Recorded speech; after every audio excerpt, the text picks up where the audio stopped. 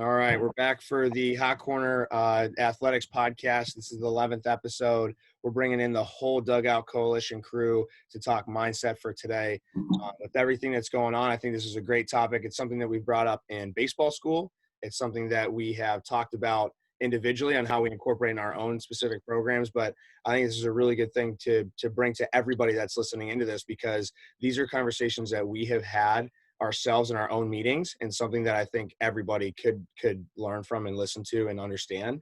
And before I kick it off to you guys, we actually just did an ebook, a 45-page ebook, where we actually talk about mindset and how important that mindset is within the game. So I think it's super valuable to actually get out there and talk with Austin from Major League University, who actually does this mental side of the game for a living, and then Jake and Adam from BAMFAM, who actually incorporate this into their team process. So I think we can learn a lot from my side of it, from the skill stuff, the team side of it from BAMFAM, and then actually getting out there and working with groups all the way from like 10 years old all the way through college, and even probably into professional baseball for Austin with Major League University. So guys, I really appreciate you guys jumping on here for this, and I'm super excited to hear what you guys have to say on this stuff. We appreciate you, Ron. Fired up, man. Shout out Hot Corner. I'm gonna wear my hat today. I should have. Right behind me, actually. A black hat and my red hat.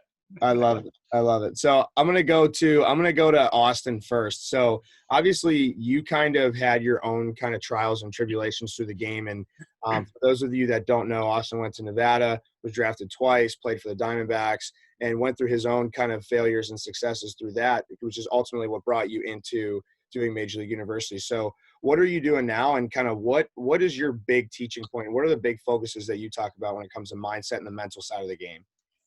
Yeah, no, great question, Ronnie. I think just going through the personal experience of having a lot of anxiety, having a lot of depression, playing at one of the higher levels that you could be at, and being in college and experiencing these things as well, and having success on the field, but not having success inside, was something that really struck me. Like, okay, there's something more, there's something deeper to this. And I remember my freshman year of college, and when I went into college as a high school athlete, I had the worst anger. When I get out, I would chuck a bat, I would yell a bad word. Any four-letter word that sounded really good in my mind, I would yell out. And so I went through this experience and just got really pissed off. And so I met this guy, Aaron Nielsen, who's a great friend of ours, and he kind of sparked me onto this mental side of the game, and just life, more importantly. Not even just baseball, but life, and how it correlated to both. And so I got through this experience, got to kind of see that. And then when I got to my sophomore year of college, it really hit, and the true test came. And that's where these testimonies come from of, okay, you have some choices to make. You can either mask your pains with the external things, or you can find a way inside, internally, to develop that mindset, that belief system that's going to carry you through anything in the world, on and off the field, because it's way more than just baseball. And that's what I think just anybody listening out there needs to really hammer home is, hey, this is way more than the game you play. Like, you are way more than that game. And so when I went through those experiences, I ended up suffering from the anxiety, the depression for about 3 or 4 years. And when I saw that, I said, okay, once I got into pro ball, I'm like, hey, this is what I want to do. I want to help athletes through this side, because it wasn't just me. There was hundreds of other athletes at both levels experiencing this. And if there's a high-level collegiate athlete experiencing some of these feelings, and then a professional athlete who was the best player on their team in college experiencing the same things, when on the outside perspective, you think, oh, you have everything, right? You went to Niagara. You're a freaking beast. You're the best shortstop in the world. You got drafted in the first round. You should be you have all the money in the world. But guess what? There's way more that goes on inside that we're not able to see. And that's your belief system. So when we go into work with teams, man, it's all about confidence. Confidence is the number one key. If I can't get anything else, it's confidence and pumping people up. I like to inspire people, but confidence is part of that. How do we get to believe in ourselves? How do we trust what we do, even when we don't feel our best on a consistent basis? And so going into these teams, working with individual athletes, it's been a real eye-opener that no matter what level you're at, from 10 years old, 15 years old, 18 years old, or 25 years old in the freaking big leagues, confidence. I step on the field, there's thousands of fans around, I get nervous. I step on the field, my mom and dad are in the stands, and there's 8 people in the stands in my travel ball game, I get nervous. And so allowing the athletes to have a process during the game for not only before the game, but for failure, I think is very, very key. So teaching visualization is huge. We'll get into that for sure. I know the BAMFAM is incredible with that, and something that really struck me when I saw what they do with their athletes, and just some of those tools that can help you develop that blueprint to be more successful on and off the field. Yeah, that's awesome. And we just actually did the other day, Sam and I did a Cornerstones of Youth Development Zoom seminar for a lot of the families in our area, just talking about how like our process and the way we talk about youth athletes and development, I think is huge. And the one thing that I talked to the parents about is I said, listen, like the coach's job is to develop them and they're going to push us and they're going to try and make us better. But as parents, our job is to pump our kids up and have them have a ton of fun. Like, and I said, this is great to bring in the baseball sector is like, okay, so kids are going to go 0 for 4. The last thing they need is to get in the car at the end of the day and know that they went 0 for 4 because mom or dad is just beating them down. I think the conversation has to be a little bit different. It needs to be more of, hey, did you have fun with your friends today? It was really cool that you guys won, and try to find the positive in that. And then talk to them about, hey, listen, these games are going to happen, but you still need to trust yourself because you work hard, and things like that. I really think go a long way with the youth kids. Even in the college level. I mean, for me, I used to push myself so much that I would think that a 1 for 4 with a double game was like terrible. You know what I mean? I would be in college and I'm 1 for 4 with a double. I got 2 RBIs. Let's say we sneak a win like 5-4. And I'm like, man, I stunk today. I could have really helped my team a lot more if I would have had a better game. But then you talk to your family or you talk to people that are close to you and they put it in perspective, like you're playing Division I baseball at a good school that competes. You're starting and you guys won. Like, what are you worried about? You know what I mean? And I think when I had a really good support system that helped me stay confident, that I was always able to kind of come back up if I needed to. And so I think that confidence at the end of the day is such a huge, huge key. And a lot of people lack it because they allow results to dictate their feelings, right? So you guys and I have talked about this all the time, where a lot of kids will allow outside results, 0 for 4, or they hit an absolute seed to center field and it gets caught and they get mad because they got out. Things like that, where if we think more on the process and more on the journey that we're going on, I think that we enjoy it a lot more instead of focusing so much on what's currently happening in the game or whatever. You know what I mean? So on the BAM side, like, what are you guys doing? And I know we've talked about this 1,000 times, but I think it's great for everybody else to hear, but what are you guys doing on your front to kind of develop your athletes in that regard, in that sense? So when we started, the big thing we were really focused on the mental side was teaching them the game. So there's really a disconnect in the travel ball world right now, where you have developmental teams, which when you say that, typically people think that they're not very good, but they're focused on skill development. Right. And then you have your showcase teams, which most of the time people think they're studs, but they're not going to get developed. The coaches are just there to have them be seen.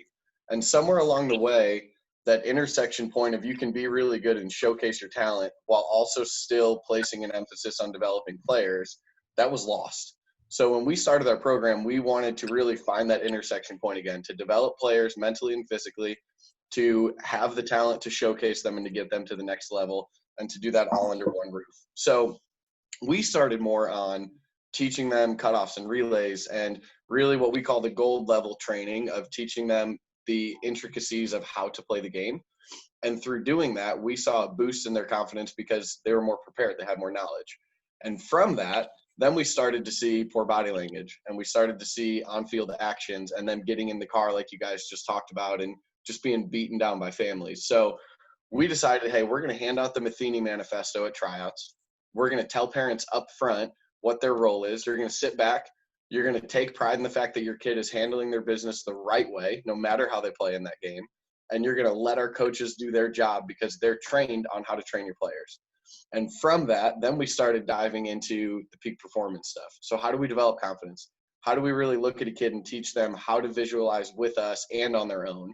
How do we figure out a way to bounce back quickly? Because we're going to fail. But most kids don't have the knowledge or haven't been trained on how to bounce back. How do you overcome that failure after it's happened, mentally and physically? And we've developed multiple sessions over that to where now we have our high school guys who know the game really well, but we're also focusing a lot of our intention in the game and in practice on, hey, that was a bad swing. What happened? What did you feel? You tell us, because at the end of the day, they're going to move on and we're not going to be there with them. So our job is to prepare them and give them the tools that they need in their toolbox to be able to do the same things that they're doing with us, no matter where they go or who they're playing for. So our big thing right now is just empowering athletes with the tools to then take that to the next level and continue the success with the process that we've essentially instilled in what they're doing. Right. And I think it's such a big point on that, Adam. I'll let you go in 1 second, but I think what Jake really said that I loved was the fact of helping athletes understand the feel of it. They have to actually feel what's happening. So it's not even just, and when you feel frustrated, that's okay, but we have to actually fix that issue. Otherwise, it's going to be a huge problem in the long run, because when they're starting to learn and understand, okay, I'm frustrated, now I don't know what to do to get out of that, they allow that to affect their game. I think that's such a big point. We talk about feel all the time. You want to feel the athletic movements that you have, but you also want to feel, when you're high and when you're low, and how to get back to that kind of even point. So I just wanted to touch on that. I thought that was huge. Yeah, and when Jake and I started this, we had our first conversation about coaching together. We were trying to figure out what we could do differently from what everybody else was doing, because we had seen from when Jake and I started, Jake was away from baseball for a number of years. I had only played 1 year in college. I was a bullpen catcher. I stunk and I quit because I just wasn't happy. I wasn't playing good. So just trying to figure out how to get back in love with the game, and we felt that the biggest thing that youth baseball was missing was good baseball theory, you know what I mean? And being able to teach the kids the right way of actually how to play the game, as opposed to just going out there and teaching the fundamentals of the swing and hoping for the best thing out there. So we thought, hey, we'll go coach some youth baseball. We'll teach really good baseball theory, teaching kids cutoffs and relays like he was talking about. And yeah, that stuff was missing. But then we quickly found out how much the lack of teaching of the mental side of the game from the mindset was missing as well. And I think that we quickly realized that, yeah, the not understanding baseball theory of where to go with the ball once it's hit to you, and the actual smarts of baseball IQ was important for our kids, but how much they were being held back by not understanding how to put themselves in the right mindset going into that. Because even when you know all of those things, even when you are a good well-rounded physical player, the game is still really hard, and the better you get, the harder the game's going to get, because you're just going to keep upping your talent level that you're playing against. So they're just going to be coming right after you, and it's going to become even harder. And Austin, you were talking about when you were younger, the throwing the helmets, the 4-letter words. I mean, we all did that. I know I did that. I'm sure everybody else did. And Jake and I quickly changed, not from teaching baseball theory, but to continue to improve that, but to make a huge emphasis on our program and teaching the mindset and getting kids at a younger age to get them to understand that. Like, I'm not a huge fan of 8-year-old and 9-year-old travel baseball. It seems like a lot of money for parents to pay for that.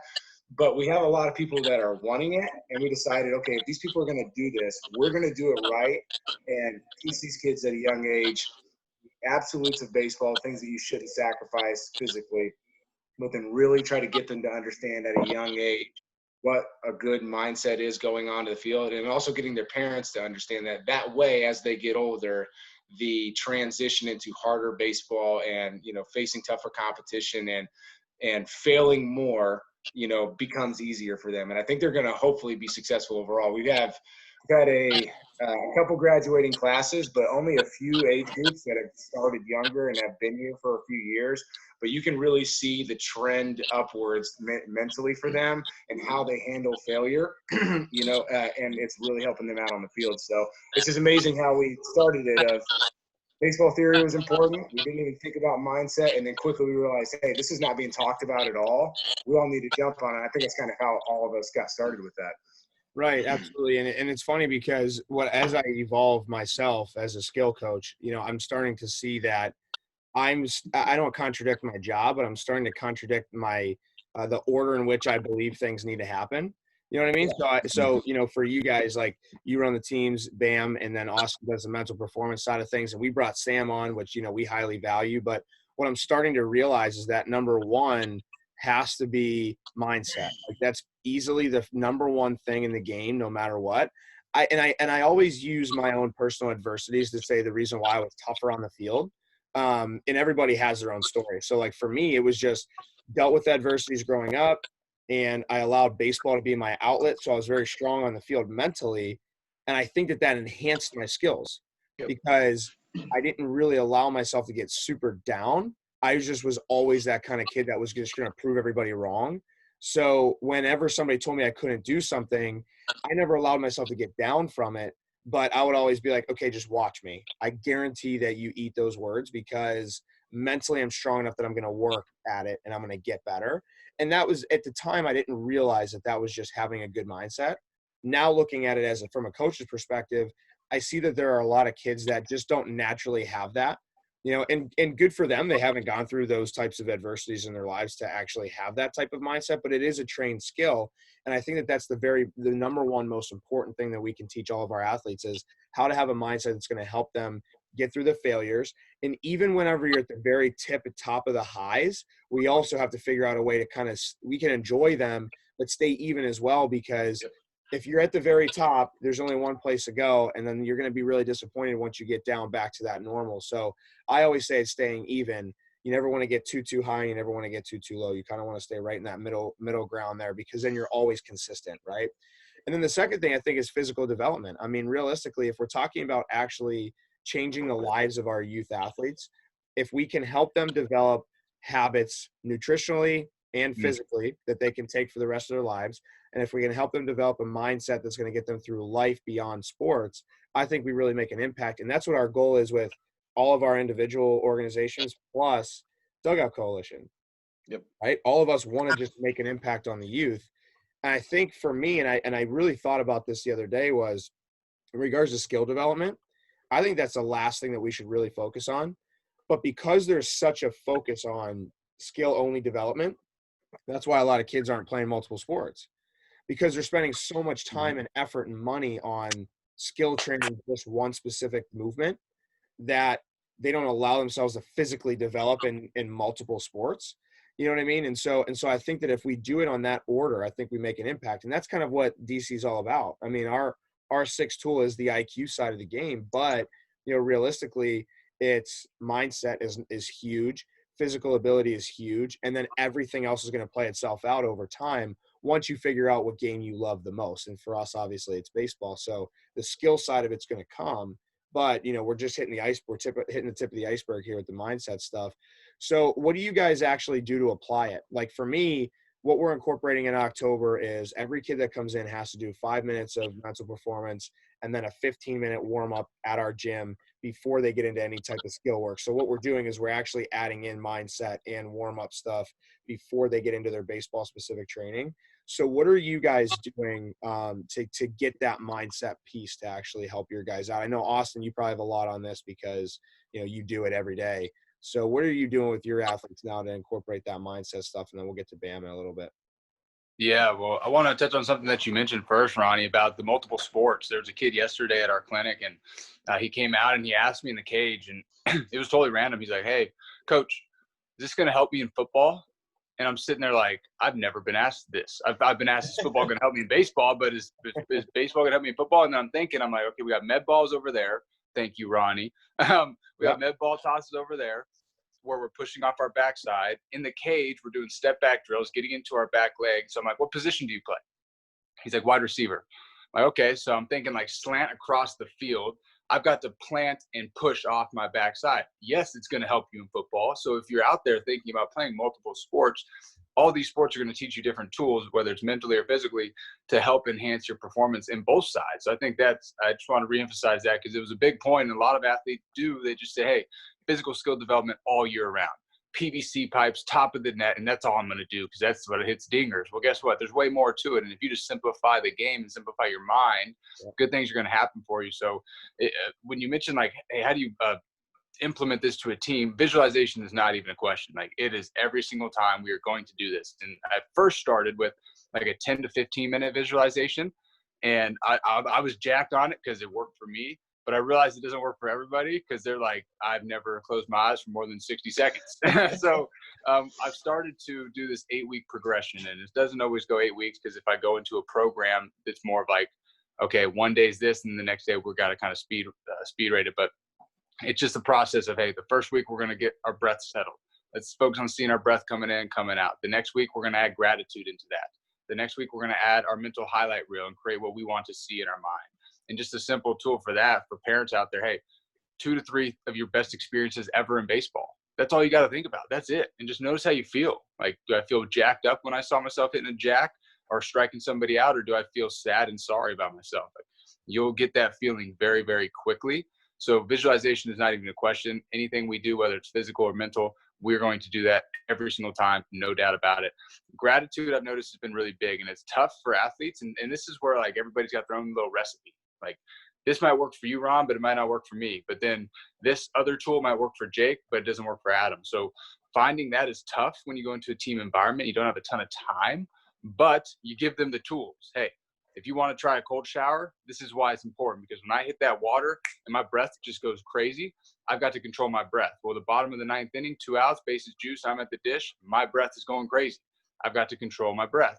The gratitude aspect, hey, let me focus on what I have rather than what I don't have. Just like the 1 for 4 earlier, I was the same way. Gosh, I had 3 Ks. Well, I also raked an opposite field double that drove in 2 runs. That was really, really good. Let's focus on what we did well rather than what we don't have. And when you ask an athlete, hey, Jake, what'd you do well today? Or what was your best part about the week? This is how I kick off the group program now. Like, what's your best part about the week? And they're like, I'm like, dude, are you like, did you eat? Did you sleep? Did you get to hang with the family? Did you play basketball? But then I say, what was a tough part about your week?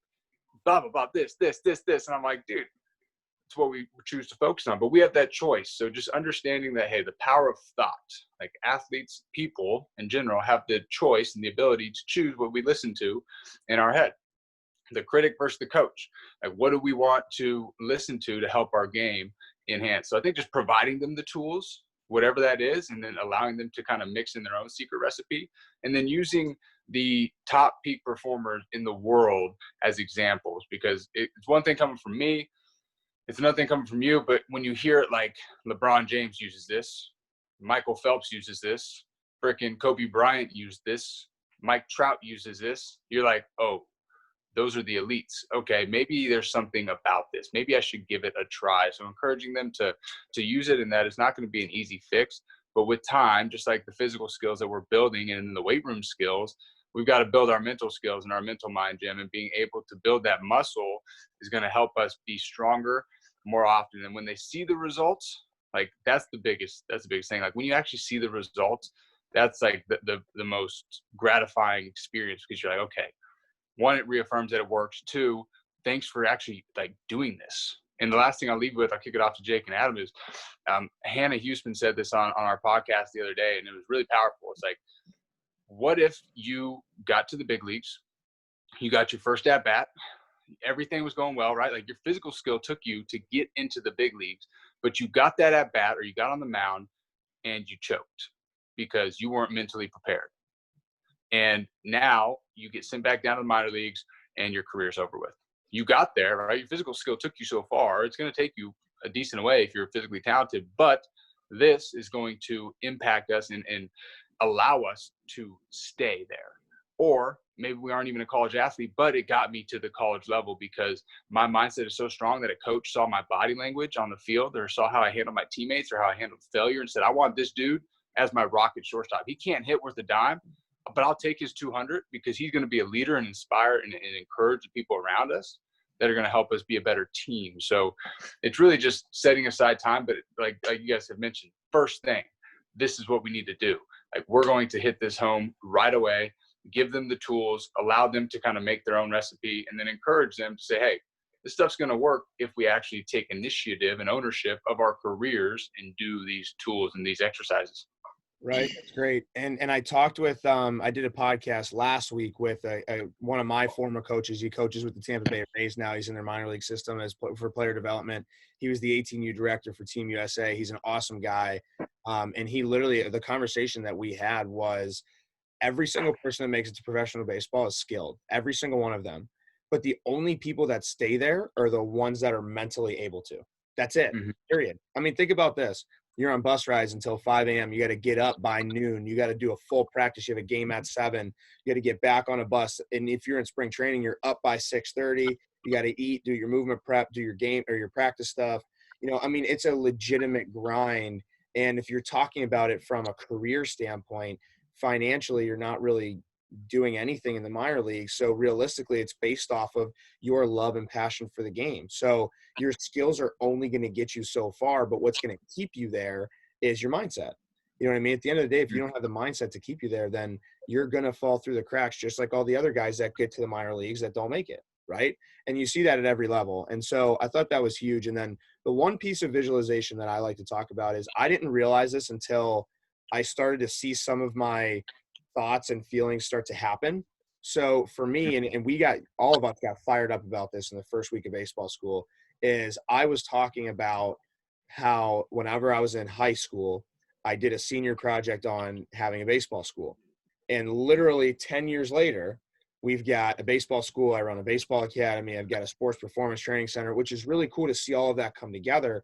But I think because my thoughts were so intense back then, and because I could actually feel myself and see myself in that situation, that's ultimately why it happened. And I think for a lot of people, you can actually see something like a TV screen, but until you put yourself actually there, it's not intense enough. So for a lot of people that visualize anything, right, you have to actually physically be there. And so in our ebook, what I talk about is the different senses that you feel when you're actually somewhere. So for me, whenever I put myself in a World Series Game 7, and what I love about being in that situation is that I can actually feel my cleats go into the dirt.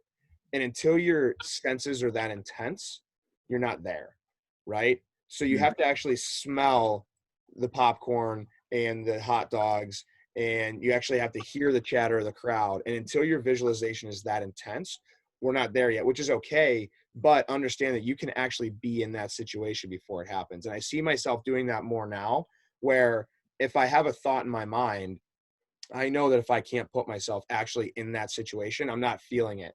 You know what I mean? My thoughts on that, my passion for that isn't that intense.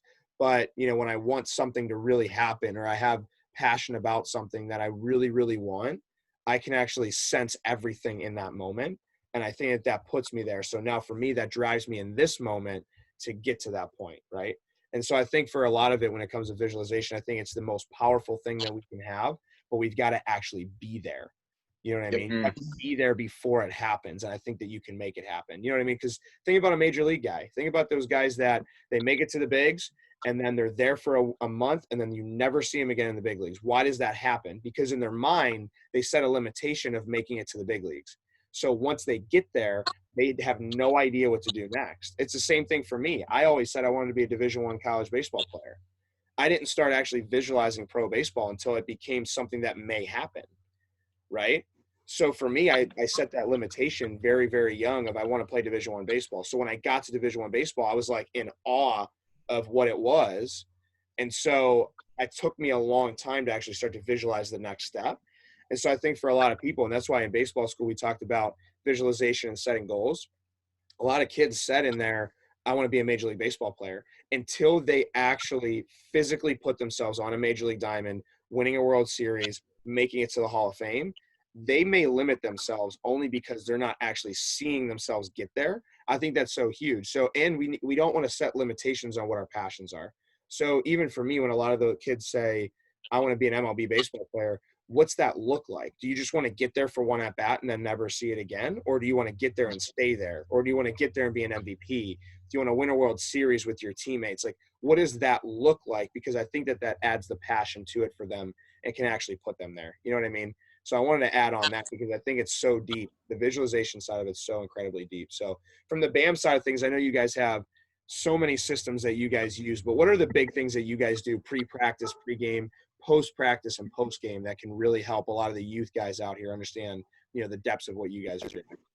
Yeah, so the big thing we do is we do, especially at practices, 5 minutes pre-practice, 5 minutes post-practice of visualization, and we look at it slightly different.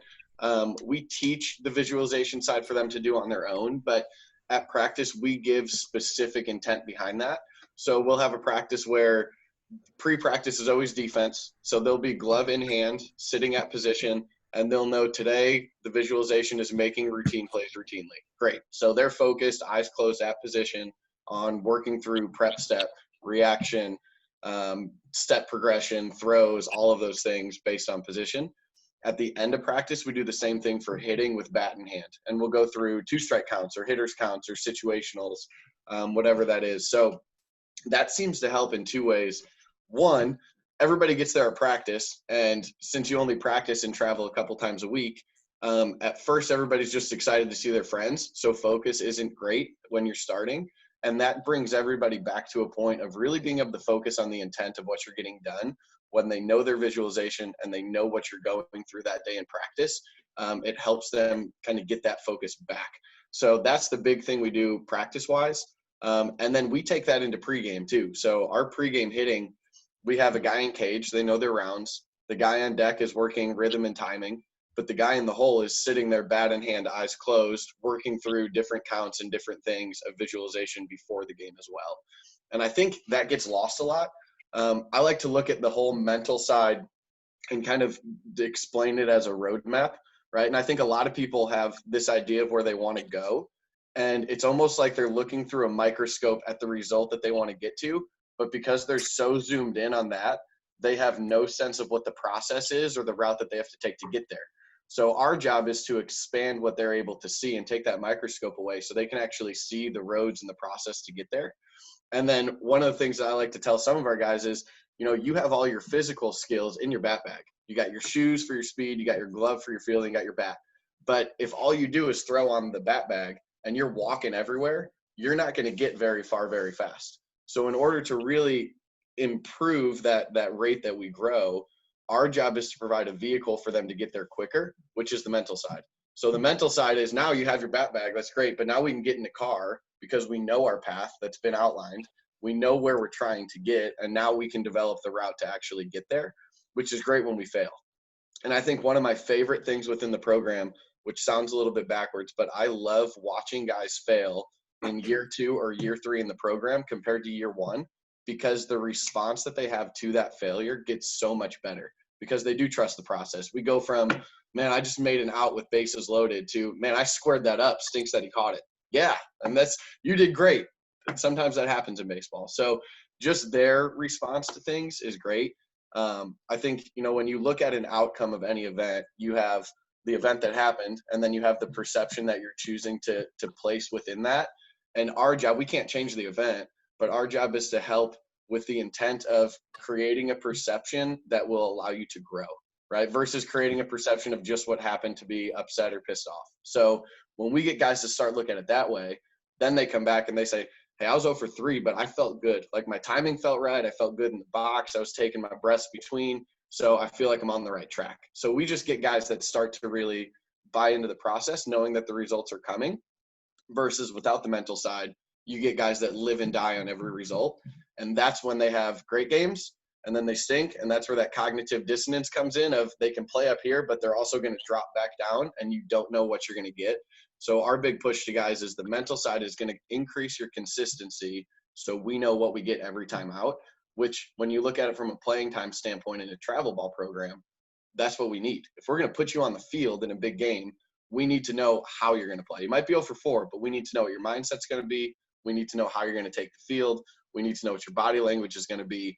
And those things that you can really control have to be consistent. So a lot of what we do pre and post practice, pre and post game is really increasing vision, developing a path, and helping increase mindset to come back after something bad or continue to improve off of something good.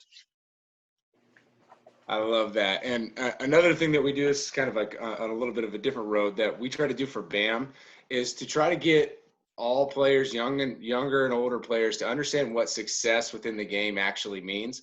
Like Ronnie, you talked about earlier that, you were in a college game that you guys might have won like 5-4 and you guys went 1 for 4. You went 1 for 4 with a couple of RBIs and a double, right? And you were upset at how you felt you performed in that game. And I think it's probably because you thought, I went 1 for 4. I only batted .250 for this game. Well, we try as BAM to try to get kids to focus on other successes within baseball outside of just like their batting average and certain other things. Like we focus a lot on quality at bats. We focus a lot on first pitch strikes in games and trying to get the kids to understand that their individual success is really predicated on them being able to accomplish those things, as opposed to maybe just necessarily having a high batting average or being able to throw 85 miles an hour. Like, I'll give you a couple examples of some things that, that we try to focus on. Like, we have a kid on our 16-year-old kids on our team. One of them's a really good pitcher, and he came in for a bullpen the other day, and he threw a 30-pitch bullpen, and at the end of it was kind of bummed out because he'd only topped out at 82 miles an hour. And I was like, why are you so upset right now? He's like, I threw 84 last week. I only threw 82 today. And I was like, yeah, but you just threw 84% strikes on this 30-pitch bullpen. Don't you think that's an important thing?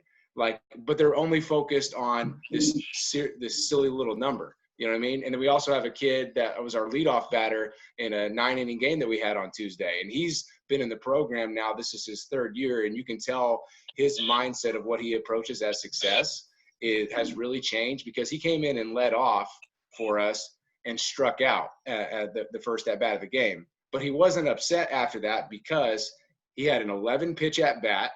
On the very first at bat of the game, he made the pitcher throw 3 different pitch types to him. So he saw 3 different pitch types, and he's able to go back to the dugout and say, yeah, I struck out, but I have a quality at bat under my belt. I've made the guy throw 11 pitches already, and these are the 3 pitches I saw, and this is what they do. And he's able to give that kind of information to his teammates. So, yeah, he's 0 for 1, and he could be upset about being 0 for 1 and striking out, but he looks at it with a different mindset and understands the information that I just got. Or if the pitcher looks at his mindset of like, yeah, I didn't throw 84, but I threw 84 today, but I threw 84% strikes. Those things are going to help my team so much more than I can possibly imagine. And if I can focus on those things, I'm going to have a lot better success overall, as opposed to focusing on maybe going 1 for 4. Like, Ronnie, you might have gone 1 for 4 that game with the double and felt like I only batted 250.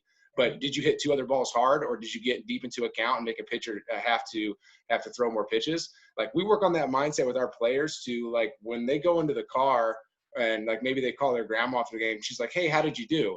Like, I don't want you to tell them that you went 0 for 4 today. I want you to say, I didn't get a hit, but I had 3 quality at-bats, and I moved a runner over with 2 strikes and got him in a scoring position, and he scored. Like, that's individual success leading to team success. And if you can have your mindset wrapped around that as a baseball player, I think you're going to have a lot of success overall, because batting 300 is really, really hard. And if you're only focused on your success is determined by if you bat 300 or if you throw a certain miles per hour, you're probably going to be really unhappy most of the time. Or, like, I always think about, a team that lost in the state championship. You know what I mean? Like, I think about losing that last game. It really, really sucks, but you made this incredible run and had a lot of success getting up to it. And I get probably the ultimate winners are not satisfied with that. I mean, Michael Jordan in the documentary, he's not satisfied with the loss, but we're not all Michael Jordan. You know what I mean? We can't all have that crazy mindset that leads us to that crazy success. So we have to find a different mindset. And that's one thing. There's just another thing that we do is make them focus on different things other than just, the individual intangibles. What did you do for us as a player to help our team win today? And I think it helps guys get more success in those numbers that they care about later on. I agree. And it's funny that you brought the Last Dance stuff up, because when you listen to if you actually listen to what they said in there, they said that Michael Jordan is easily the single most present human being ever. And I think that's probably a lot of the reason why he hates losing so much, because in his present moment, if he loses, he feels what it feels like to lose. So he's going to work harder on the next practice to make sure that doesn't happen again. And I think that ultimately, like, that's the one thing to learn about it. I think that's why he's so elite, because no matter what he did, it was super in this specific moment, right? So if he lost, he probably felt like his preparation wasn't good enough, which means that he has to work harder tomorrow to make sure that each day individually gets better. So he limits how much he loses. And I think we can learn a lot from that, because I know for me, a lot of times, and we did this, I mean, and so I'll give you kind of 3 examples. So in 2012, our college team was 1 out away from winning the first ever championship at our school, and we blew it. And we blew it. We lost. We gave up a home run. The next day, they came back. They beat us in a doubleheader. They kind of doubleheader swept us in the championship. And so we learned from those failures. And what we did was, and I remember this because I know a lot of guys are feeling this way, we're 1 out away from a championship. So what did all of us start to think with those 2 outs in the last inning? Where are we going to go for a regional? I can't wait to hold the trophy up. I can't wait to see who's getting the post-game awards. All this stuff was going through all of our heads. And what happens? The next pitch, home run. 2-run home run, they take the lead. We end up losing the game. And then we had to come back tomorrow, the next day, and we lose again because we're thinking about what happened the day before. So great learning experience. So we lose that game, right? 2013, best team in the conference by a landslide. We win 40 games. We get to the championship. It's the 7th inning, 8th inning. We're up 9-3, right? In our head, again, what naturally creeps in? There is no way we're losing this game, right? You blink your eyes, it's 9-9, right? Our closer gives up 5 or 6. Guy who literally had a 0, like 4 or 5 ERA the whole year. So we're literally crushing it. But because of those failures that we learned, we actually spent more time that season on mindset. We spent more time on how to kind of adapt by those failures. We end up winning the championship, right? We end up winning the whole thing because we didn't allow that losing, those runs or that team coming back on us kind of define who we were, because we've already been in that situation before. Yep. Now the following year, easily landslide best team. We win another 40 wins. We go on an 18-game win streak, longest in Division I baseball that year. We are nationally ranked in the college baseball rankings for the first time kind of ever. We were in the top 30, and then we kind of started creeping down a little bit. And we go into the championship game. In our mind, we're like, no matter what, we're getting an at-large bid. No matter what, we're going to be a 3 seed, and we're going to get an awesome regional. So we might have a chance at actually winning a regional, which is crazy because we're a super small mid-major school. What happens? We go and get doubleheader swept again in the championship because our mindset wasn't actually focusing on our task at hand. So what we just did really well in 2013, we forgot about and put too much pressure on ourselves in 14. So for a lot of people out there, it's really, really hard to get to that high level of being really good. But then it's also very, very difficult to stay there, because now what happens is everybody's out to get you. Everybody's out to give you their best game. Everybody's out to come and try and beat you. So I think a lot of it for us to learn about that too is your mindset may change a little bit once you start to have some successes. So for instance, as you're kind of grinding through the process to get really good, you're going to have those failures that are going to beat you down, right? But then once you get to a point where you're having a lot of team success and you feel like you can kind of get anywhere, now our mindset may have to change to, okay, we're still working really hard, but instead of working really hard to climb the ladder, we have to work really hard to stay on top of the ladder. And I think that that's a really, really big thing, especially for high-level elite athletes like this high-level college guys and pro guys to understand is you're really at the tip of the top of the ladder. So I always ask people this: what makes Mike Trout so good? Right? Because he's the best player in Major League Baseball by a landslide. He's been the best player in Major League Baseball since he got into the league. How many times has he been in the MVP voting? But why does he stay on top? Because something is motivating him. And unless you talk to Mike Trout, you don't know. But something is motivating him to continue to push to be the best he possibly can. And I would go on a limb to say that it's mindset. Because a lot of people would look at his swing and look at his body size and look at his athleticism and say, okay, there are a lot of guys in Major League Baseball like him, right? He's not the biggest dude in the league. He probably isn't the strongest guy in the league. He might be. I don't know. He might not have the fastest hands in the league. I know his average exit velo, this is why numbers don't matter, but his average exit velo is not nearly the highest in the league. But what makes him so good? And I'm going to guess it's here. You know what I mean? It's in his mind. And I would say that that's probably what separates him. And it was what is going to make him arguably the best player of this generation, is that he got to the top. And it's funny because I don't know if you guys remember this, but Trout was drafted in the very, very late part of the first round. He was drafted 25th or 27th overall, I believe. And every single person in those draft classes were talking about Bryce Harper. At no point were you ever hearing about Mike Trout in the Angels organization. You didn't hear anything about it.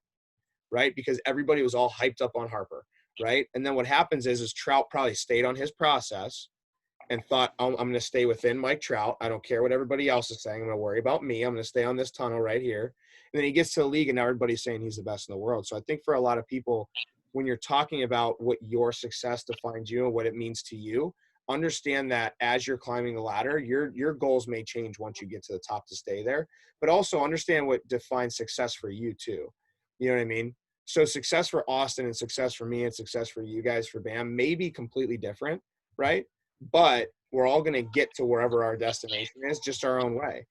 You know what I mean? And the last thing, and I'll let you guys kind of keep going on this, but Tim Anderson is a shortstop for the White Sox.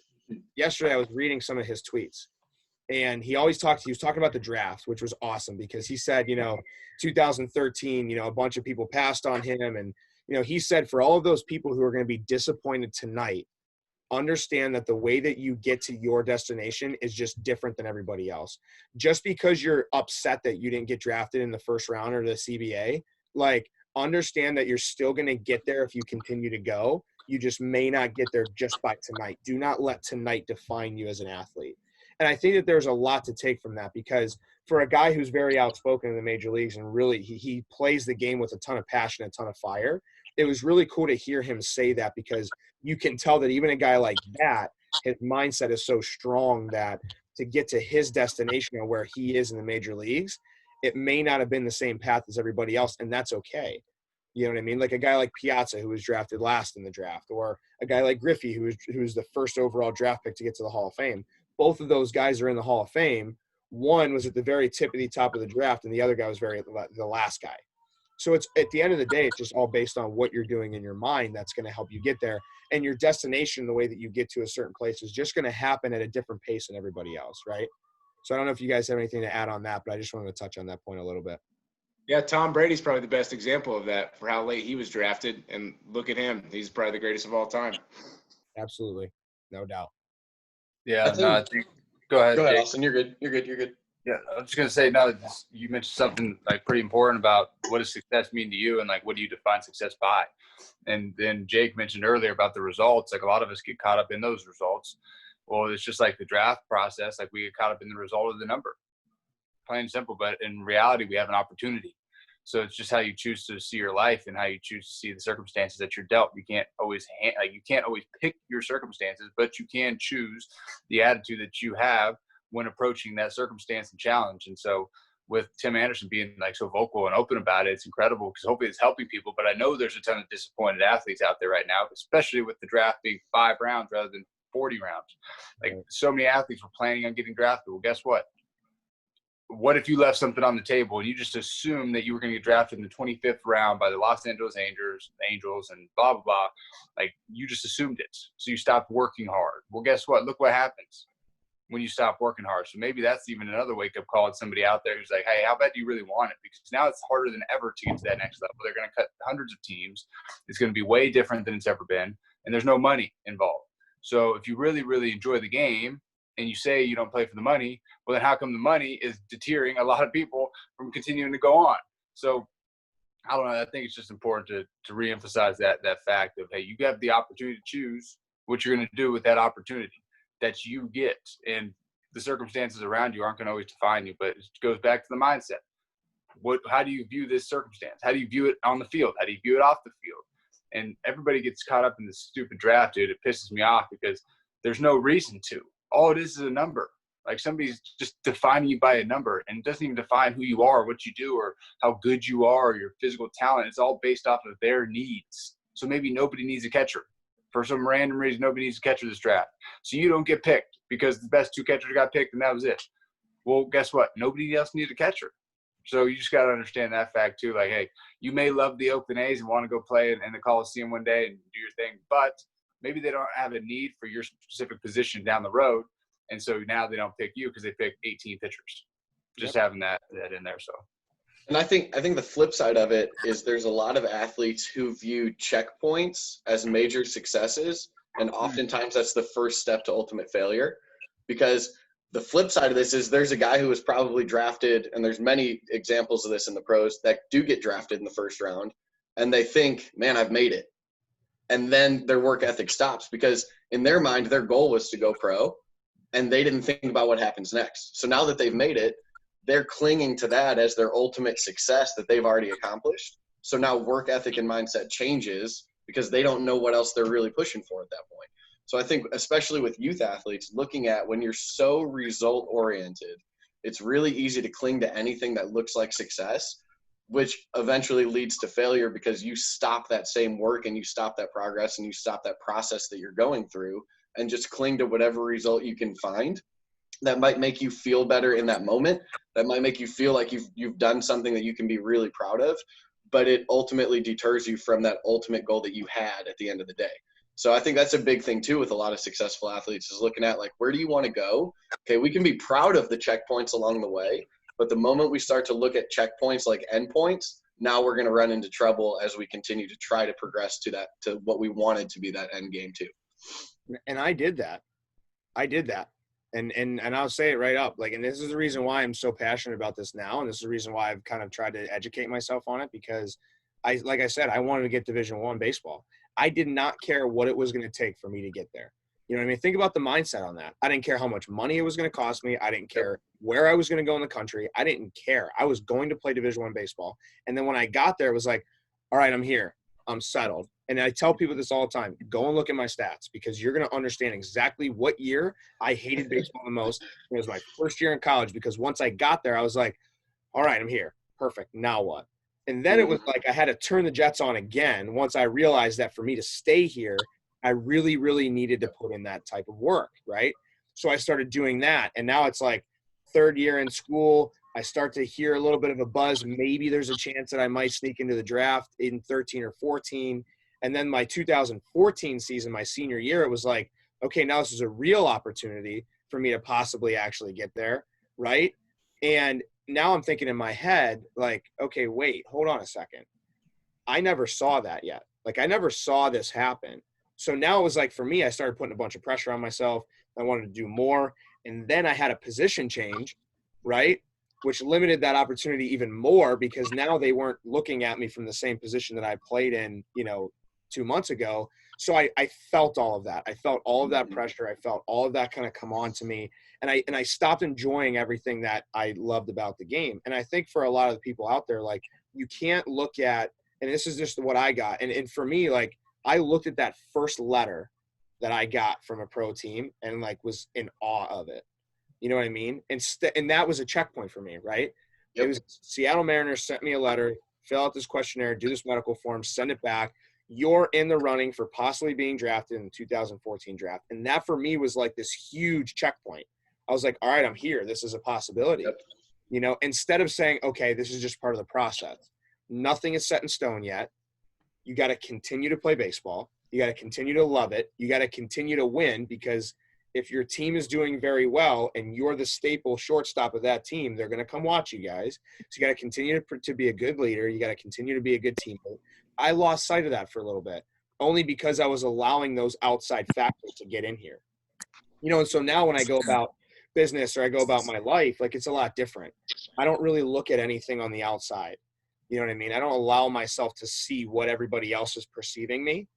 You know what I'm saying? Like, I don't even see all of that. Like, even Austin said, he's like, your reputation and where you're at is really good. Like, I don't really see a lot of that anymore, only because I don't want that to bog down my goals on me trying to give value to a lot of kids. So like, it's really cool that in my area that people value me. I think that that's awesome. And it's the same for you guys in your areas where people are starting to value a lot of what you guys are doing. That's great. But at least for me, I notice what it feels like if I allow people's reputation of me to get in my head. So I push that out now, not in a negative way, but I basically say, okay, I really appreciate that you think that way of me, but the reason why I'm here is because I continue to try and just provide value, and my goals and my visions on what I see don't have any place for the good or the bad of what people are saying. I'm going to let those things just play themselves out. I think for a lot of athletes, that's a really big thing, because now more than ever, there's the media and there's the social media and there's the written blogs, like in the other, like Perfect Game is posting a ton of stuff right now on athletes, right? You can't look at that if you're an athlete, the good and the bad, because all that does, it allows somebody else to tell you how good you are, right? You can't do that. Even like for the draft, even like the mock drafts, like you can't look at the mock draft at all, because those people that are doing the mock drafts have no idea what's happening in those scouting rooms, those war rooms that they're doing and talking about where they're assigning guys and drafting guys. They have no clue. So a lot of the times, I think if we allow those types of media and those types of conversations come in, then we lose sight of what our vision is. You know what I'm saying? And like I said, take that from experience, because I allowed that to happen for me. And now when I talk to a lot of our athletes, basically my conversation with them is, once you start getting really good, and what I mean by that is you go to a tournament that's highly scouted and you perform, right? Once you start doing that, stop listening to it. You have to stop listening to what everybody's saying about you. So when, a team does a write-up on, perfect game player of the day or Team USA player of the day, throw that in the garbage, because you still got to wake up tomorrow and you still got to be a good teammate and you still got to do everything that way. It's going to still help you continue to build off of that. Right. And it's funny. I'm not going to name any names, but I just had a conversation yesterday with a really, really good athlete, probably one of the best athletes I've ever been around in my life. And they're having a little bit of result failure. If that's the easiest way to put it. Their results aren't really what they want them to be right now. And so my question to them was, how's the process though? Are you hitting the ball hard? Are you being a good teammate? Are you still contributing and within your role based on what you're doing within the game? Are you doing things within the game that may not just be from the results of getting hits, but are you doing something that's allowing you to still be a valuable part of that team? And the answer to all those questions was yes. I said, so then who gives a crap what the results are? It doesn't matter, because you are still just a valuable piece of that 15-person team puzzle, right? Yep. Like, you're still a huge piece of that. And so I think for you guys, what I like is you talk about your squad goals. So you're putting a game within a game, right? Yep. So they're focusing more on the squad rather than did I get a hit, right? They're focusing more on what they view as success versus what do other people view as success. You know what I mean? Yep. And I think that that's big for youth athletes, even people just in general, to listen to, is a lot of this just comes down to, are we able to define ourselves based on what makes us happy versus what everybody else is telling me that I need to be happy about? You know what I mean? I think that that's huge for a lot of people. So I'll leave you guys with all the finishing, touches and everything on this, but I think that we got a lot of mindset stuff out of this whole thing. So I'll go to each of you guys. You guys can kind of say your final remarks and then we'll close it up. Yeah, I think just overall for anybody out there, I think it's important to celebrate that success though. If somebody tells you you're great, celebrate it, but then check it and move on. Instead of just throwing it in the trash and hey, it doesn't matter. I at least acknowledge it, acknowledge the bad too. Maybe you had a terrible game and you've had a terrible weekend, or you had a terrible whole month and you're like, I'm just swimming in my dome. I don't know what to do. Indianapolis is a tough place to hit, man. Sorry about it. We got the Bam fam across the stage. It's tough. Well, guess what? Acknowledge that fact. Acknowledge the good and the bad. And then you can move on from it. So I just wanted to kind of mention that in there. But overall, this has been awesome. And just developing that mindset. Your physical skill will take you so far, but your mental skill in life is going to change the whole direction and path of your life. And there is a path out there for you, no matter what that is for each one of us specifically. But if we just trust in that and we prepare like a champion every day, and we can embrace failure when it comes our way and use that failure to teach us something new, just like your guys' dude that had the 11-pitch AB, that fires me up. But having that mindset is really hard to have. But as coaches, if there's a coach out there listening, or a scout, or somebody who impacts their athletes in some sort of way, encourage them to fail, encourage them to try something new, encourage them to just do something new and work hard and try the side of the game, try some mental performance, work it into your practice plan, because most coaches are going to say most of the game's mental, baseball, football, basketball, any game, but majority of coaches aren't ever going to implement it into the practice plan. So put it in your practice plan, embrace it, try to fail as much as you can. And this has been awesome, Ronnie. I appreciate you having us. Yeah, absolutely. Man. I think my final remarks are really simple. As a coach, the idea of building a culture is talked about a lot. When we look at culture as a team aspect, the reality is building your mindset is building your individual culture. It's the same thing, right? It's a process to build, and it's very, very quick that can all go away and you can lose it if you start thinking differently and you allow yourself to go down that negative path. So an easy way to think about it is mindset is your individual culture, right? You have a team culture, then you have your individual culture, and that's how you think in the process that you go through in that. So if you haven't developed that, start to think about how to develop that. Start to develop some tools to do that, because it will take you longer and farther at a quicker pace if you have that mindset to go along with the skill set. There's a lot of players these days that have the tools, but the sixth tool is the one that's really going to get you to that next level. So it's been awesome. I appreciate it, Ronnie. I could do this all day. It's so fun. I know. Yeah.